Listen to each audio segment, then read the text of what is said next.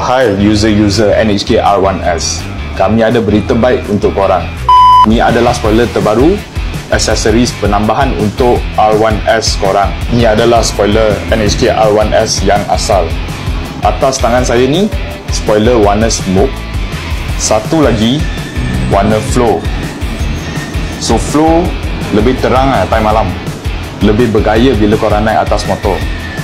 Berita baik yang kedua adalah kami dah ada visor siang malam yang terbaru. Yang ni visor tajam dan bulat tepi. Yang ni pula siang malam juga, tapi tepi dia ada macam winglet, lebih aerodynamic. So kepada sesiapa yang berminat dengan spoiler dan juga visor siang malam ni, boleh pergi ke mana-mana outlet yang jual NHK helmet.